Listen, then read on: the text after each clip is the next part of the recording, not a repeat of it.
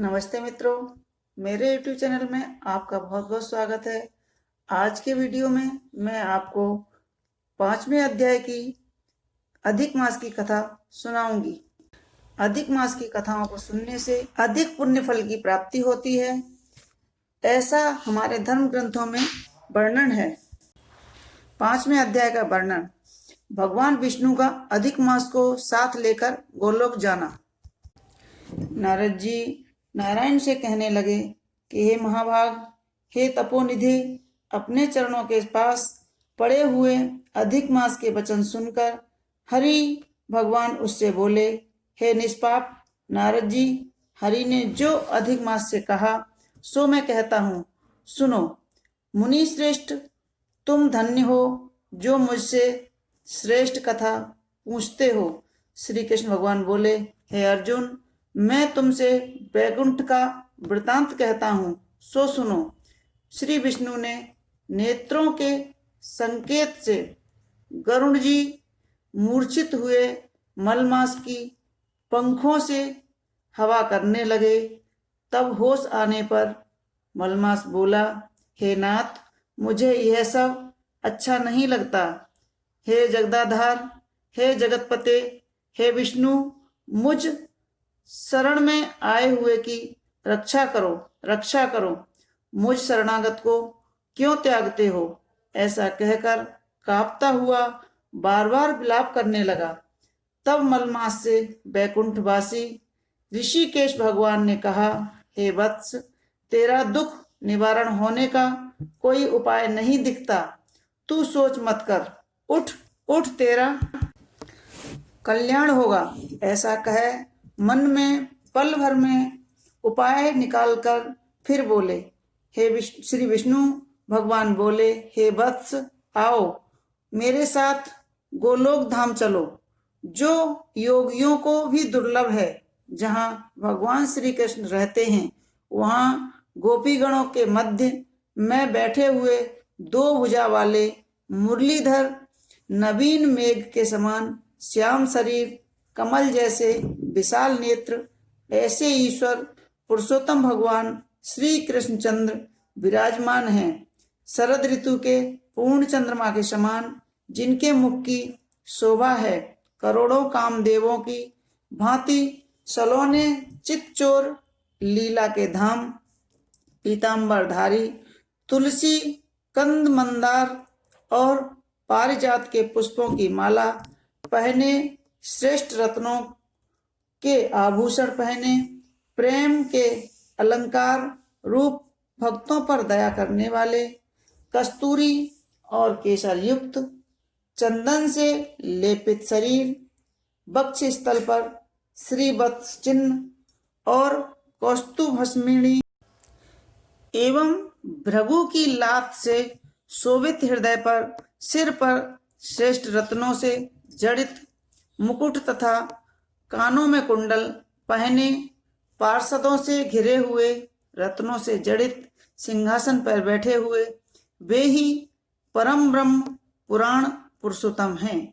स्वेच्छा में ब्रह्मांड के बीज, सर्वोधार, परात्पर, निष्काम, निर्विकार, अत्यंत परिपूर्ण, प्रभु, प्रकृति से परे, ईशान, निर्गुण, नित्य विग्रह श्री कृष्ण गोलोक में तेरा दुख दूर कर देंगे, चलो वहीं चलें। श्री नारायण बोले, इतना कह हरि भगवान मलमास का हाथ पकड़कर गोलोक को ले गए। हे नारद मुनि, वहां पहले अज्ञान रूपी अंधेरे का नाश करने वाले ज्ञान रूपी मार्ग को दिखाने वाले, प्रलय काल में ज्योति स्वरूप, करोड़ों सूर्य के समान प्रभा वाले, नित्य असंख्य विश्व के कारण विभु परमात्मा की इच्छा में लाल रंग की ज्योति दिखाई दी। हे मुने, उस ज्योति के भीतर ही सुंदर 3 लोक थे, जिसके ऊपर सनातन ब्रह्मलोक की भांति गोलोक है। वह 3 करोड़ योजन में फैला हुआ है। मंडलाकार तेजपुंज स्वरूप श्रेष्ठ रत्नों वाली भूमि से युक्त जो बड़े बड़े योगियों के स्वप्न में भी अदृश्य है, वही वैष्णवों को दृश्य और प्राप्त है। उसे योगेश्वर श्री कृष्ण ने योग द्वारा धारण कर रखा है। ऐसा श्रेष्ठ गोलोक अंतरिक्ष में स्थित है और अधि मानसिक चिंता, व्याधि, शारीरिक रोग, बुढ़ापा, मृत्यु, शोक, भय आदि से रहित है। बहुमूल्य रत्नों से जटिल करोड़ों मंदिरों से शोभित है। उस गोलोक के बीच में दाहिनी ओर वैकुंठ लोक और बाईं ओर वैकुंठ के समान ही आकार वाला शिवलोक है। वैकुंठ का फैलाव 1 करोड़ योजन है और उसका आकार उससे भी करोड़ों योजन लंबा है, मंडलाकार है। वहां पीले वस्त्र से शोभायमान वैष्णव जन रहते हैं। वे वैष्णव शंख, चक्र, गदा और पद्मधारी लक्ष्मी जी के साथ चतुर्भुज रूप में रहते हैं और वैष्णव की स्त्रियां लक्ष्मी जी के समान सुंदर हैं। उनके चलने से पायजेब और करधनी की झनकार बड़ी प्यारी होती है। गोलोक के बाईं ओर जो शिवलोक है, वहां प्रलय नहीं होती और सृष्टि काल में पार्षद लोग रहते हैं। वह 1 करोड़ योजन में फैला हुआ है। वहां महादेव जी के गण सारे शरीर में भस्म रमाए, सर्पों से जनेऊ पहने, ललाट पर अर्धचंद्र धारण, हाथ में शूल, पटिटस लिए, जटाओं में गंगा धारण किए हुए, 3 नेत्र वाले पराक्रमी सूरवीर रहते हैं। गोलोक में निरंतर परमानंद कारक, परम हर्ष को करने वाली अत्यंत मनोहर एक महान ज्योति है। उस ज्योति में अत्यंत सुंदर एक रूप है जो नील कमल के समान श्याम वर्ण, कमल के समान लाल नेत्र, आनंदजनक, निराकार, परे से भी परे, जिनका योगी जन अपने ज्ञान चक्षुओं से निरंतर ध्यान करते रहते हैं।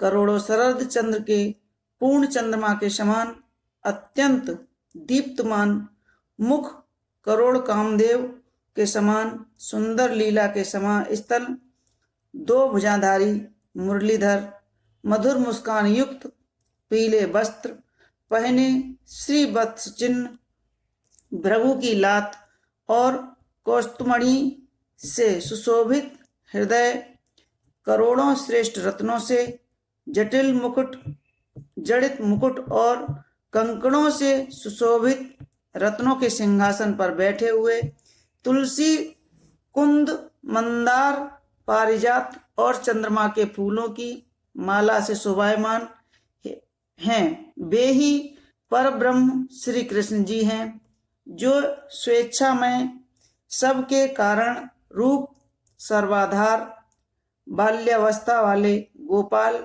रूपधारी, करोड़ों पूर्ण चंद्रमा के समान शोभायमान भक्तजनों पर अनुग्रह करने वाले, इच्छा रहित, निर्विकार, अत्यंत परिपूर्ण प्रभु रास मंडल के मध्य में बैठे हुए शांत राशेश्वर हरि मंगल रूप, पूजने योग्य, मंगलों में मंगल, परमानंद घन सत्य स्वरूप, अक्षर अव्यय, सब सिद्धियों के ईश्वर, सब सिद्धि स्वरूप और सिद्धि के देने वाले, प्रकृति से परे, ईशान, निर्गुण, नित्य विग्रह, सबके आदि स्वरूप, अव्यय, इंद्र आदि देवों द्वारा स्तुति किए गए, नित्य स्वतंत्र एक परमात्मा स्वरूप, शांति परायण, ऐसे प्रभु का शांत स्वभाव वाले वैष्णवजन ध्यान करते हैं। केवल उत्कृष्ट रूप एक भगवान ने ही धारण किया है। यह कहकर विष्णु भगवान अधिक मास को रजोगुण से घिरा हुआ जानकर गोलोक को ले गए। सूत जी बोले, सत्कर्म ग्रहण करने वाली वाणी कहकर जब नारायण चुप हो गए, तब नारद जी पुरुषोत्तम मास उत्सव संबंधी नई नई कथाएं सुनने की अभिलाषा से नारायण से बोले। तो मित्रों, यह थी हमारी 5वें अध्याय की कथा। आगे हम 6वें अध्याय की कथा भी आपको कंटिन्यू सुनाएंगे। कैसी लगी हमारी ये कथा आप कमेंट्स बॉक्स में ज़रूर लिखें। हमारे चैनल को लाइक करें, शेयर करें और सब्सक्राइब करें। धन्यवाद।